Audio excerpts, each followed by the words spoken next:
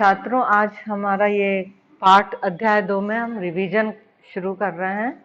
मतलब कुछ प्रश्न हमने पहले बता दिए थे। भारतीय संविधान में अधिकार, एक और इसमें एक महत्वपूर्ण प्रश्न है कि जो हमने 6 मौलिक अधिकारों का वर्णन किया, तो उसमें से आपको बताना है कि सबसे ज्यादा महत्वपूर्ण कौन सा मौलिक अधिकार है, और तर्क देकर बताइए कि ये सबसे ज्यादा क्यों महत्वपूर्ण है। तो हमने समानता का अधिकार, स्वतंत्रता का अधिकार, सारे अधिकारों के पढ़े, विचारों की अभिव्यक्ति को प्रकट करने का अधिकार। तो इसमें से जो सबसे अधिक महत्वपूर्ण है वो है संविधानिक उपचारों का अधिकार, क्योंकि ये सारे अधिकारों का, जितने भी मौलिक अधिकार हैं, ये सभी को क्या देता है? सुरक्षा प्रदान करता है। हमारा जो संविधान है, संविधान का अनुच्छेद जो 32 है, उसमें ये अधिकार दिया गया है कि ये जितने भी अन्य मौलिक अधिकार हैं उनको संरक्षण क्या करेगा? प्रदान करता है।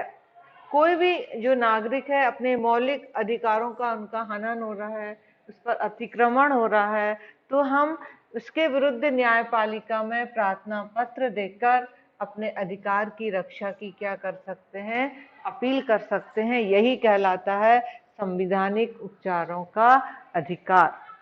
और इस प्रकार यदि हम वहां पर अपील करते हैं, तो जो उच्चतम न्यायालय है या हाई कोर्ट है या सुप्रीम कोर्ट है, वो क्या करेगा कि इन 5 जो रिट होते हैं उनके द्वारा आदेश जारी कर सकता है। 5 रिट, 5 तरह के जो बिंदु थे, जैसे बंदी, प्रत्यक्षीकरण 1, परमादेश, निषेध आदेश, उत्प्रेषण और अधिकार रक्षा, ये 5 रिट जारी कर सकता है।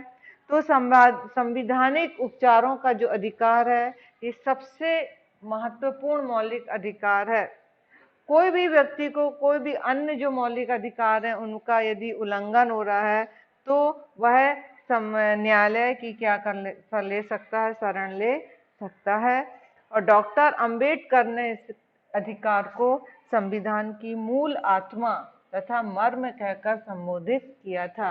आपको मालूम है, हमारा संविधान बनाने में डॉक्टर अंबेडकर ने बहुत महत्वपूर्ण योगदान दिया था।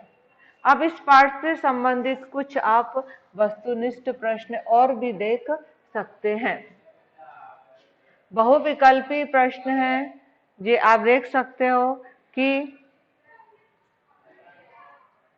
ये आप इसको पढ़ेंगे कि वे अधिकार जिनका देश के संविधान में उल्लेख किया जाए तथा जिनका अतिक्रमण अथवा हनन होने पर व्यक्ति न्यायालय की शरण ले सकते हैं। तो कौन से अधिकार हैं जिनसे हम न्यायालय की शरण ले सकते हैं? तो उत्तर दिया है प्राकृतिक अधिकार, मौलिक अधिकार, औपचारिक अधिकार, कानूनी अधिकार। तो इसमें से जो उत्तर होगा वो होगा मौलिक अधिकार। कौन सा अधिकार होगा? मौलिक अधिकार होगा।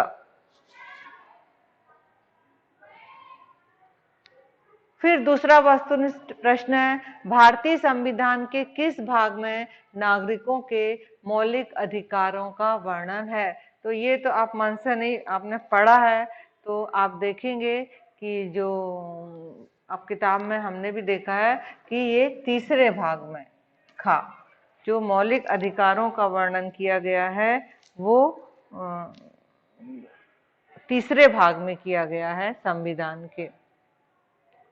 फिर है, भारतीय संविधान द्वारा वर्तमान में नागरिकों को कितने मौलिक अधिकार दिए गए हैं? आपको मालूम है 6 मौलिक अधिकार दिए गए हैं। पहले 7 थे, संपत्ति का हटा दिया गया है। फिर चौथा प्रश्न है ये, भारतीय संविधान में मौलिक अधिकारों का उल्लेख किस अनुच्छेद? ये भी आपको मन से नहीं लिखना है, आपने पढ़ा है कि अनुच्छेद 14 से 32 तक मौलिक अधिकारों का वर्णन किया गया है। तो 14 से 32 तक ही ये उत्तर आएगा। इसमें मौलिक अधिकारों का वर्णन किया गया है, इसको मन से नहीं लिखना है। आप किताब में आप पढ़िए। फिर है वर्तमान में संपत्ति का अधिकार, मौलिक अधिकार तो नहीं है, हटा दिया है। नैतिक अधिकार भी नहीं है, कानूनी अधिकार, राजनीतिक, तो ये सही है। संपत्ति का अधिकार एक कानूनी अधिकार है, मौलिक अधिकार नहीं है।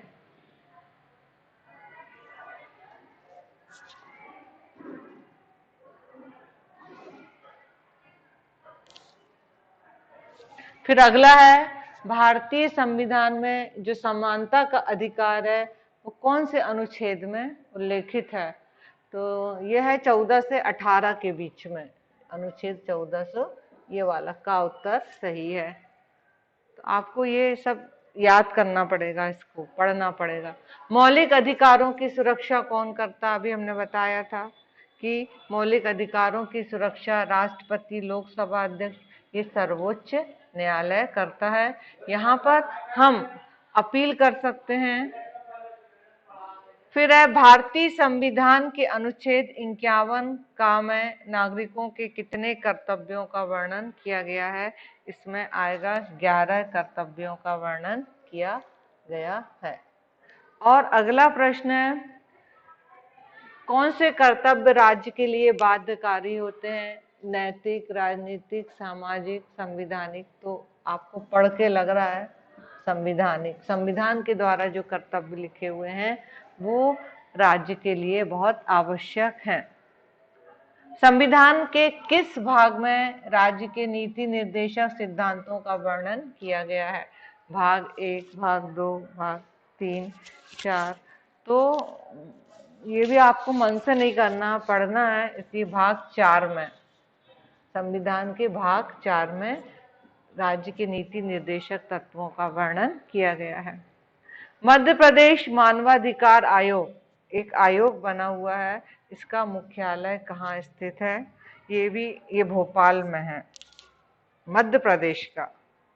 ये इस प्रकार ये वस्तुनिष्ठ प्रश्नों को आप जो आपके पाठ के बीच में से दिए हुए हैं इनको हल करना है। धन्यवाद।